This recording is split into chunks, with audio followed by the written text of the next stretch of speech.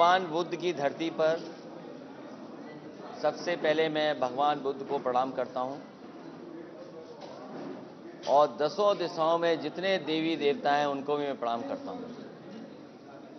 मुझे खुशी है इस बात की कि कुशीनगर में कई बार मुझे आने का मौका मिला है और इसी जगह पर रह करके कई बार पॉलिटिकल प्रोग्राम्स किए हैं। जब कभी भी कुशीनगर में आए हैं और कार्यक्रम हुए हैं, समाजवादी पार्टी के पक्ष में हमेशा बहुमत की सरकार बनने का काम हुआ है। इसलिए सबसे पहले भगवान बुद्ध की धरती को मैं प्रणाम करता हूं। कल से कार्यक्रम चल रहा है। मैं अपने समाजवादी साथियों का धन्यवाद देता हूं, साथ ही साथ जो जनता निकल करके आई और जनता से जो मिलने का मौका मिला है, किसान, नौजवान, माताएं, बहनें, हर वर्ग के लोग बाजारों में, सड़कों में, सभाओं में, कार्यक्रमों में दिखाई दिए हैं। जो संदेश जा रहा है वो यह है, बदलाव का है। 22 में बदलाव होना है। जनता बदलाव चाहती है। भारतीय जनता पार्टी ने पिछले 4.5 साल में अपना संकल्प पत्र पलट करके नहीं देखा। ऐसी कौन सी सरकार होती जो अपने किए हुए वादों को न पूरा करे। जो किसान आज आंदोलन कर रहा है वो इसलिए आंदोलन कर रहा है क्योंकि उसकी आय तो दोगुनी हुई नहीं। उसके लिए फैसले उसकी खुशहाली के लिए नहीं लिए गए, जबकि वो फैसले लिए गए हैं उन कानूनों को भारतीय जनता पार्टी लागू करना चाहती है जिन कानूनों के बाद किसान की खेती छिन जाएगी, खेत छिन जाएंगे। तीनों काले कानूनों को सरकार वापस ले, उसके खिलाफ लगातार किसान आंदोलन कर रहे हैं। पूरे देश के किसानों में नाराजगी है कि जहां उनके बीच में खुशहाली के लिए कानून आने चाहिए थे, उनकी जमीन को छीनने के लिए कानून आए हैं। और किसान को अगर बाजार पे छोड़ दिया जाएगा तो किसान हमारा खुशहाल नहीं हो सकता। उन कानूनों के खिलाफ कई किसानों की जान जा चुकी है। सरकार को कोई परवाह नहीं है। ये उत्तर प्रदेश में ही जिस तरीके से किसानों का आंदोलन को कुचलने का काम किया सरकार ने, भारतीय जनता पार्टी, उनके गृह राज्य मंत्री, उनके बेटे पर आरोप, और अब तो सुप्रीम कोर्ट जांचें, न जाने कितने कितने सवाल खड़े हो रहे हैं। कहीं ऐसा हो सकता है जो अन्नदाता है उसको जीप के टायर से कुचल दें। किसान को टायर से कुचल दिया गया और उसके बाद कानून कुचल रहे थे। इन्हें अगर और मौका मिल गया तो हो सकता है इस संविधान को भी कुचल दें। किसान दुखी है, आय दोगुनी हुई नहीं, महंगाई बढ़ गई। ये वही सरकार है जो कहती थी हम इतने दिनों में महंगाई कम कर देंगे। आज डीजल की कीमत क्या है, पेट्रोल की कीमत क्या है।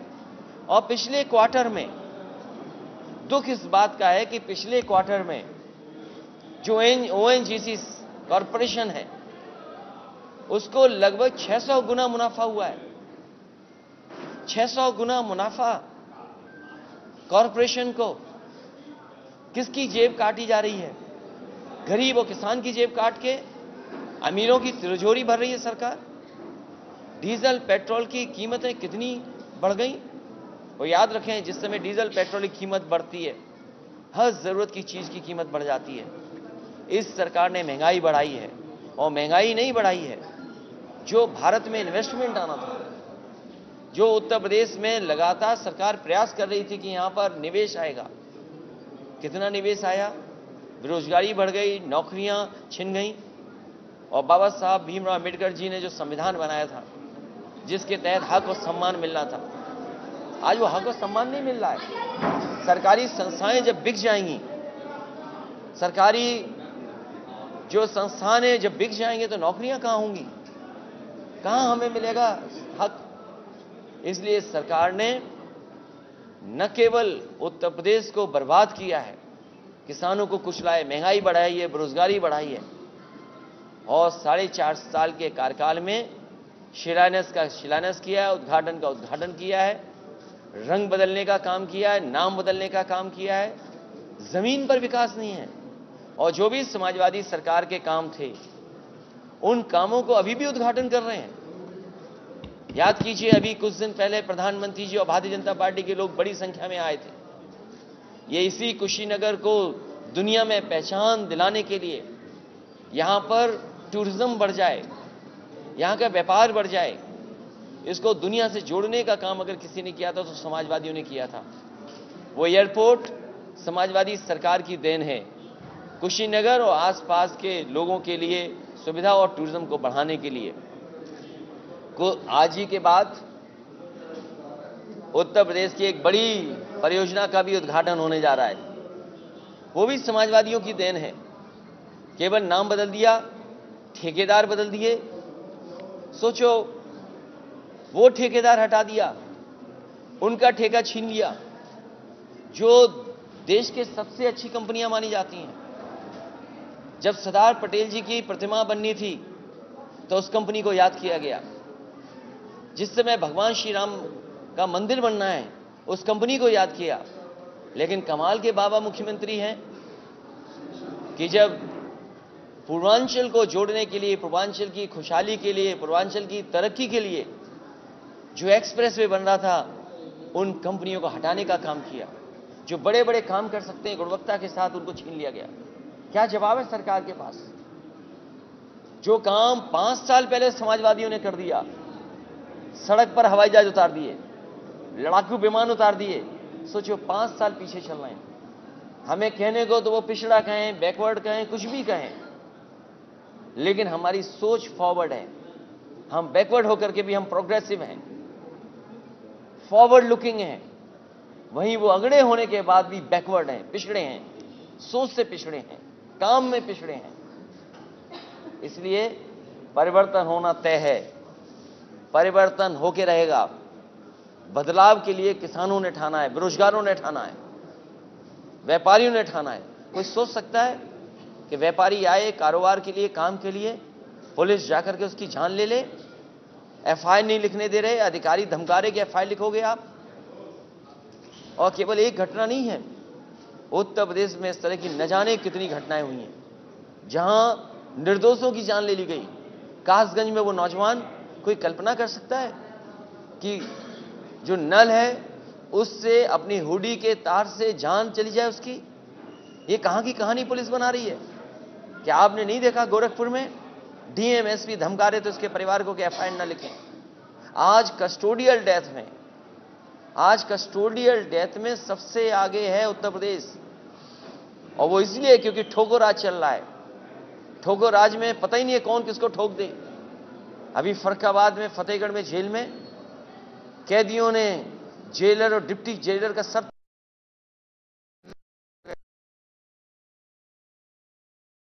क्या हाथरस की याद दिलाएं? क्या आगरा में वाल्मीकि समाज का महर्षि वाल्मीकि जयंती के दिन जान ले ली हो पुलिस ने? आज पुलिस को जरूरत है कि सेंसिटिव पुलिस हो और स्मार्ट पुलिसिंग हो। दुनिया जिस पे काम कर रही है, लेकिन हमारे मुख्यमंत्री जी, बाबा मुख्यमंत्री जी, क्योंकि उन्हें लैपटॉप चलाना तो आता नहीं है, तो दुनिया की क्या समझ रखेंगे वो?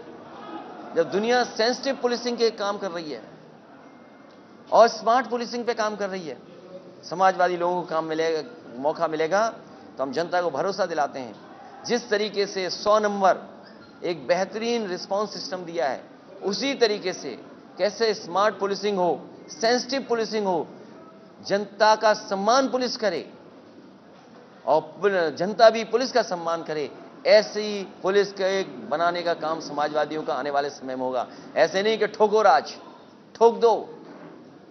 अगर मुख्यमंत्री जी की भाषा के शब्दों का हिसाब किताब लगाओगे तो सोचोगे एएनआई से बेहतर कौन बता सकता है? एएनआई से बेहतर कौन बता सकता है उनकी भाषा क्या है? इसलिए सुना है कि अभी बड़ी जैम की बात करके गए हैं बीजेपी के लोग। जैम उन्हें पता होना चाहिए भारत में सबसे ज्यादा बीमारी डायबिटीज की है। सबसे ज्यादा बीमारी अगर भारत में नंबर 1 पे है तो वो डायबिटीज है। और डायबिटीज जिसको हो जाए समझ लो सब बीमारी हो जाएंगी उसको। उनका जैम का फुल फॉर्म पता नहीं क्या था। हालांकि ऐसे शब्दों का इस्तेमाल किया, तुकबंदी, क्योंकि आजमगढ़ में कोई काम तो किया नहीं था इन्होंने, आजमगढ़ का विकास छीना। और मैं आपसे कह के जा रहा हूं, एग्रीकल्चर और जानवरों को लेकर के एक विश्वविद्यालय बन रहा था, एनिमल को लेकर के एक संस्था जो आजमगढ़ में बननी थी, हमारे बाबा मुख्यमंत्री गोरखपुर में छीन के ले आए। एक संस्था जो आजमगढ़ में बननी थी वो बाबा मुख्यमंत्री जी छीन करके ले आए हैं। और अब जब शिलान्यास हो रहा है यूनिवर्सिटी का, तो हम तो आप पत्रकार साथियों से कहेंगे कि लखनऊ में देखा, ये सबसे बड़े नेता हैं अटल बिहारी वाजपेयी जी, उनके नाम पे यूनिवर्सिटी बननी थी, मेडिकल यूनिवर्सिटी, जिसका प्रधानमंत्री ने शिलान्यास किया। बताओ, कार्यकाल खत्म हो गया है। पूर्व प्रधानमंत्री अटल बिहारी वाजपेयी के नाम से मेडिकल यूनिवर्सिटी बननी थी। वो मेडिकल यूनिवर्सिटी आज चल रही है, सोचो कहां चल रही होगी। अगर समाजवादियों ने, नेताजी और हम लोगों ने यूनिवर्सिटी न बनाई होती या मेडिकल कॉलेज न बनाया होता, तो सोचो किसी टीन शेड में पूर्व प्रधानमंत्री अटल बिहारी वाजपेयी जी की यूनिवर्सिटी चल रही होती। वो तो शुक्र है कि समाजवादियों ने बेहतरीन एक मेडिकल कॉलेज बनाया, उसके 9th फ्लोर पर पूर्व प्रधानमंत्री अटल बिहारी वाजपेयी जी के नाम पर मेडिकल यूनिवर्सिटी चल रही है। सोचो अगर समाजवादियों ने न बनाया होता तो कहीं टीन शेड में यूनिवर्सिटी चला रहे होते। आजमगढ़ में जब जाने का समय है, जाते जाते यूनिवर्सिटी दे रहे हैं, हम तो उनसे कहेंगे कि अब बजट तो नहीं स्वीकृत कर पाओगे, क्योंकि बिना बजट के क्या यूनिवर्सिटी का शिलान्यास होगा। अगर बजट ही बता दें कि आजमगढ़ में जो यूनिवर्सिटी दी है उसका बजट कितना देके जा रहे हैं, और क्या दिल्ली से भी कोई बजट मिलेगा। जो लोग, चंद्रशेखर जी जो पूर्व प्रधानमंत्री जी थे, उनकी यूनिवर्सिटी बननी थी, उसका बजट छीन लें, उसका बजट छीन लिया, बजट खा गए। तो जब यूनिवर्सिटी बना रहे हैं तो बजट कहां है। और फिर जो जैम की परिभाषा दे गए, आज हर व्यक्ति उत्तर प्रदेश का जानता है कि भारतीय जनता पार्टी से ज्यादा झूठ को नहीं बोल सकता। भारतीय जनता पार्टी से ज्यादा झूठ को नहीं बोल सकता। भारतीय जनता पार्टी जब से सत्ता में आई है, 14, 17, 19, इतना अहंकार है, आदमी को आदमी नहीं समझते। और अगर आपको समझना हो तो मुख्यमंत्री जी का रिमाइंड कर करके वो देख लीजिए, टीवी पे इंटरव्यू दिया था।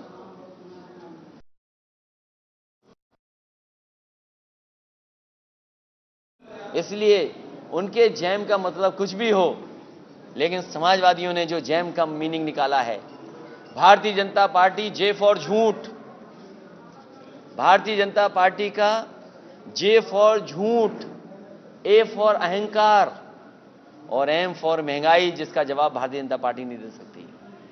भारतीय जनता पार्टी को अपने जेम का जवाब देना है कि झूठ बोलना बंद करोगे कि नहीं करोगे, अहंकार खत्म करोगे कि नहीं करोगे, और महंगाई खत्म करोगे कि नहीं करोगे। डीजल पेट्रोल कहां पहुंच गया है, 100 रुपए से ऊपर पहुंच गया है पेट्रोल। ये भारतीय जनता पार्टी रही तो हो सकता है 150 रुपए भी पहुंचा दे, क्योंकि अभी चुनाव है इसलिए नहीं बढ़ा रहे हैं, थोड़ा कम कर रहे हैं। और ये हमारे गरीबों को खाना केवल चुनाव तक लिए दे रहे हैं। पहले नवंबर तक था, अब उन्होंने कहा मार्च तक देंगे, दिवाली से होली तक देंगे। और हम समाजवादी लोग गरीबों को भरोसा दिला के जा रहे हैं, ये कह रहे हैं कि हम दिवाली से होली तक हम समाजवादी लोग सत्ता में आएंगे तो गरीबों के लिए खाना, चाहे हमें होली से दिवाली, दिवाली से होली, होली से दिवाली देना पड़े, पूरे 5 साल लगातार देते रहेंगे। और गरीब मदद करेगा तो अगले 10 साल तक इसी तरह गरीबों को खाना मदद करने का काम करेंगे। इसलिए भारतीय जनता पार्टी को अपने झूठ का, अपने अहंकार का, अपनी महंगाई का जवाब देना चाहिए। इधर उधर के जैम मत ढूंढिए, और जैम अकेला अच्छा भी नहीं लगता है। आप सब लोगों सुबह नाश्ता किया होगा? नहीं नहीं नहीं, असली बात नहीं जानते। बिना बटर के तो आप भी नहीं चलोगे।